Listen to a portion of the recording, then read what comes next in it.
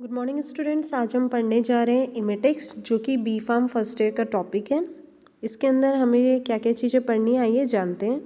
Definition, types, mechanism, contraindications, application, examples of emetics, copper sulphate और sodium potassium tartrate के बारे में हमें इसके अंदर पढ़ना है।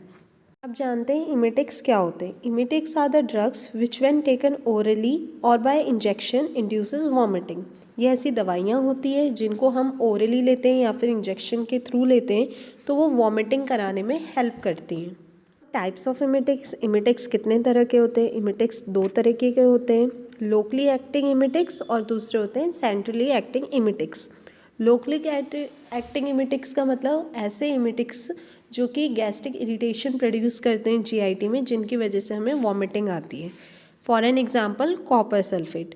सेंट्रली एक्टिंग इमेटिक्स का मतलब ऐसी दवाइयाँ या ऐसी ड्रग्स जो कि हमारे कीमो रिसेप्टर ट्रिगर जोन को एक्टिवेट कर देती हैं। Example morphine. अब मैकेनिज्म क्या होते हैं इमेटिक्स के? इमेटिक्स के तीन मैकेनिज्म होते हैं। पहला मैकेनिज्म ये होता है कि या तो कीमो रिसेप्टर ट्रिगर जोन को हम एक्टिवेट कर दें जिसकी वजह से क्या हो, वॉमिटिंग हो। कीमो रिसेप्टर ट्रिगर जोन हमारे ब्रेन का एक पार्ट होता है, उसमें प्रेजेंट होता है, जो कि कहलाता है मेडुला ऑब्लंगेटा। एग्जाम्पल है मॉर्फिन। दूसरा ये, या तो हम अपने पेरिफेरल या सेंट्रली एक्टिंग नर्वस सिस्टम को दोनों को एक्टिवेट कर दें। एग्जाम्पल है इपिकैक। और तीसरा है, या तो हम लोकल इरिटेशन कॉज कर दें जीआईटी में, और इसका एग्जाम्पल है कॉपर सल्फेट। अब कॉन्ट्राइंडिकेशंस क्या होते हैं इमेटिक्स के? कॉन्ट्राइंडिकेशंस का मतलब किन पेशेंट्स को हम इमेटिक्स नहीं देंगे। पहले वो पेशेंट्स आते हैं जिनको सीएनएस डिप्रेशन या शॉक की प्रॉब्लम होती है। दूसरे वो पेशेंट जो अनकॉन्शियस हो या सेमी कॉन्शियस सिचुएशन में हो या फिर कोमा में हो। तीसरे उन पेशेंट्स को हम इमेटिक्स नहीं देते जो कि सीवियर हार्ट डिजीज़ से सफ़र कर रहे हों। चौथा, हम उन पेशेंट्स को भी अवॉइड करते हैं इमेटिक्स देने के जिनको ट्यूबरक्लोसिस, एनीमिया या एडवांस प्रेगनेंसी हो। और पांचवें वो पेशेंट्स आते हैं जो कि पॉइजनिंग से सफ़र कर रहे हो, स्पेशली कोरोसिव और पेट्रोलियम प्रोडक्ट्स की वजह से। एप्लीकेशंस। अब इमेटिक्स की एप्लीकेशन कहाँ कहाँ पाई जाती है? ये मैकेनिकल एंटीडोट की तरह काम करते हैं, यानी कि अगर किसी ने कोई पॉइजन खा लिया है उसी टाइम तुरंत वॉमिटिंग करा देंगे तो पॉइजन का असर कम हो जाता है। दूसरा, कभी कभी ये एक्सपेक्टोरेंट में लो कॉन्सेंट्रेशन में डाले जाते हैं ताकि स्पूटम हमारा आराम से बाहर आ जाए रेस्पिरेटरी ट्रैक्ट से। एग्जाम्पल्स। एग्जाम्पल इमेटिक्स के होते हैं copper sulphate and sodium potassium tartrate. अब कॉपर सल्फेट के बारे में पढ़ते हैं। कॉपर सल्फेट का सिनोनिम होता है ब्लू विट्रॉल या और क्यूप्रिक सल्फेट। ब्लू विट्रॉल इसलिए इसका नाम पड़ा है क्योंकि ये ब्लू कलर का होता है। मॉलिक्यूलर फॉर्मूला होता है CuSO4.5H2O। मॉलिक्यूलर वेट होता है 249.7 ग्राम पर मोल। डिस्क्रिप्शन में हमें इसके प्योरिटी के बारे में थोड़ा बहुत बताया गया है कि it contains not less than 98.5% and not more than 101% of copper sulphate. इसकी प्रिपरेशन के बारे में हमें बताया गया है, जब हम ग्रेनुलेटेड कॉपर को H2SO4 के साथ रिएक्ट कराते हैं तो कॉपर सल्फेट, सल्फर डाइऑक्साइड और वाटर रिलीज होता है। आप इसका मॉलिक्यूलर स्ट्रक्चर साइड में देख सकते हैं। सल्फर 4 बॉन्ड बनाता है ऑक्सीजन के साथ और एक ऑक्सीजन मॉलिक्यूल Cu2+ के साथ ज्वाइन हो जाता है। Cu2+ इसलिए लिखा गया है क्योंकि कॉपर में 2 पॉजिटिव चार्ज पाए जाते हैं। आइए अब पढ़ते हैं फिजिकल प्रॉपर्टीज़। फिजिकल प्रॉपर्टी में आता है colour, appearance and solubility. Colour इसका होता है डीप ब्लू। अपीयरेंस होता है इसका क्रिस्टल की तरह जो कि पेंटाहाइड्रेट होता है शेप में।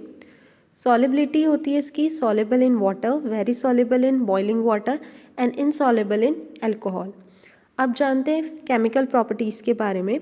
इसकी 2 टाइप की केमिकल प्रॉपर्टीज़ होती है। अगर कॉपर सल्फेट को हम 100 डिग्री सेल्सियस पे हीट करते हैं तो anhydrous copper sulphate and water molecules को रिमूव कर देता है, जिसमें 5 वाटर मॉलिक्यूल्स इसके होते हैं, उनको रिमूव कर देता है। और दूसरी रिएक्शन आप देख सकते हैं, कॉपर सल्फेट को अगर 200 डिग्री सेल्सियस तक हीट किया जाता है तो ये cupric oxide, oxygen and sulphur dioxide बनाता है। यहाँ पर CuSO4 यानी कि कॉपर सल्फेट पहले ब्लू कलर का होता है, लेकिन जब ये क्यूप्रिक ऑक्साइड बनाता है तो ये ब्लैक कलर में कन्वर्ट हो जाता है। ऐसे है अब इसके ऐसे में ये देखना है हमें कि इसकी मेन रिएक्शन या प्रिंसिपल क्या है। इसका मेन प्रिंसिपल है ऑक्सीडेशन रिडक्शन। और इसमें क्या हो रहा है, अगर आप ध्यान से देखें, जो रिएक्शन है कॉपर सल्फेट की पोटेशियम आयोडाइड के साथ, तो ये कॉपर आयोडाइड बना रहा है, पोटेशियम सल्फेट बना रहा है और फ्री फॉर्म में आयोडीन को लिबरेट कर रहा है। तो जब इसमें कॉपर सल्फेट से कॉपर आयोडाइड बनता है तब यहाँ पर क्या होता है, लॉस ऑफ इलेक्ट्रॉन या फिर ऑक्सीजन लूज़ होती है। तो इस प्रोसेस को कहते हैं हम रिडक्शन। और पोटेशियम आयोडाइड से जब पोटेशियम सल्फेट बनता है तो इस प्रोसेस में क्या हो रहा है, ऑक्सीजन ऐड हो रही है, तो इसको कहा जाता है ऑक्सीडेशन। आइए अब देखते हैं टेस्ट फॉर प्योरिटी क्या है। टेस्ट फॉर प्योरिटी में हम करते हैं purity test for chloride, iron, lead and loss on drying. इनकी कुछ रेंजेस हैं जो कि आपकी ऊपर दी गई है। सल्फेट किस किस के काम में आता है या किसकी तरह यूज़ होता है? ये इमिटिक्स की तरह यूज़ होता है, केमिकल एंटीडोट की तरह यूज़ होता है, फॉस्फोरस पॉइजनिंग में। ये मेन इंग्रेडिएंट होता है बेनेड्रिक्स और फेरिंग्स रिएजेंट का, एस्ट्रिंजेंट की तरह काम करता है और फंगिसाइड्स की तरह काम करता है। कंपाउंड जो कि हमने एग्जाम्पल में पढ़ा था वो था सोडियम पोटेशियम टार्ट्रेट। इसका सिनोनिम है रोचेट सॉल्ट और सिग्निटेट सॉल्ट। कभी कभी हम इसको याद करने के लिए बोल देते हैं साइनेट सॉल्ट। इसका मॉलिक्यूलर फॉर्मूला होता है C4H4 KNaO6। मॉलिक्यूलर वेट होता है 282.22 ग्राम पर मोल। और जैसे कि आप इसका मॉलिक्यूलर स्ट्रक्चर साइड में बना हुआ देख सकते हैं, जिसमें आपके ऑक्सीजन के 4 बॉन्ड है, OH के 2 हैं और K पॉजिटिव और Na पॉजिटिव साइड में अटैच्ड है। आती है प्रिपरेशन। प्रिपरेशन इसकी 2 तरीके से होती है। या तो पहले हम टार्ट्रिक एसिड को सोडियम क्लोराइड या और पोटेशियम क्लोराइड के साथ रिएक्ट करा दें तो sodium potassium tartrate and HCl form हो जाता है।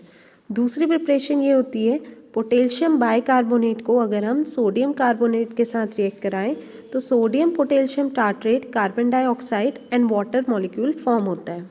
ये physical properties. Sodium potassium tartrate की फिजिकल प्रॉपर्टीज़ 4 होती है। कलर क्या होता है, कलरलेस। अपीयरेंस क्या होता है, क्रिस्टलाइन पाउडर। ऑर्डर होता है ऑर्डरलेस। और सॉल्युबिलिटी होती है, सॉल्युबल होता है ये पानी में एंड इनसॉल्युबल होता है अल्कोहल में।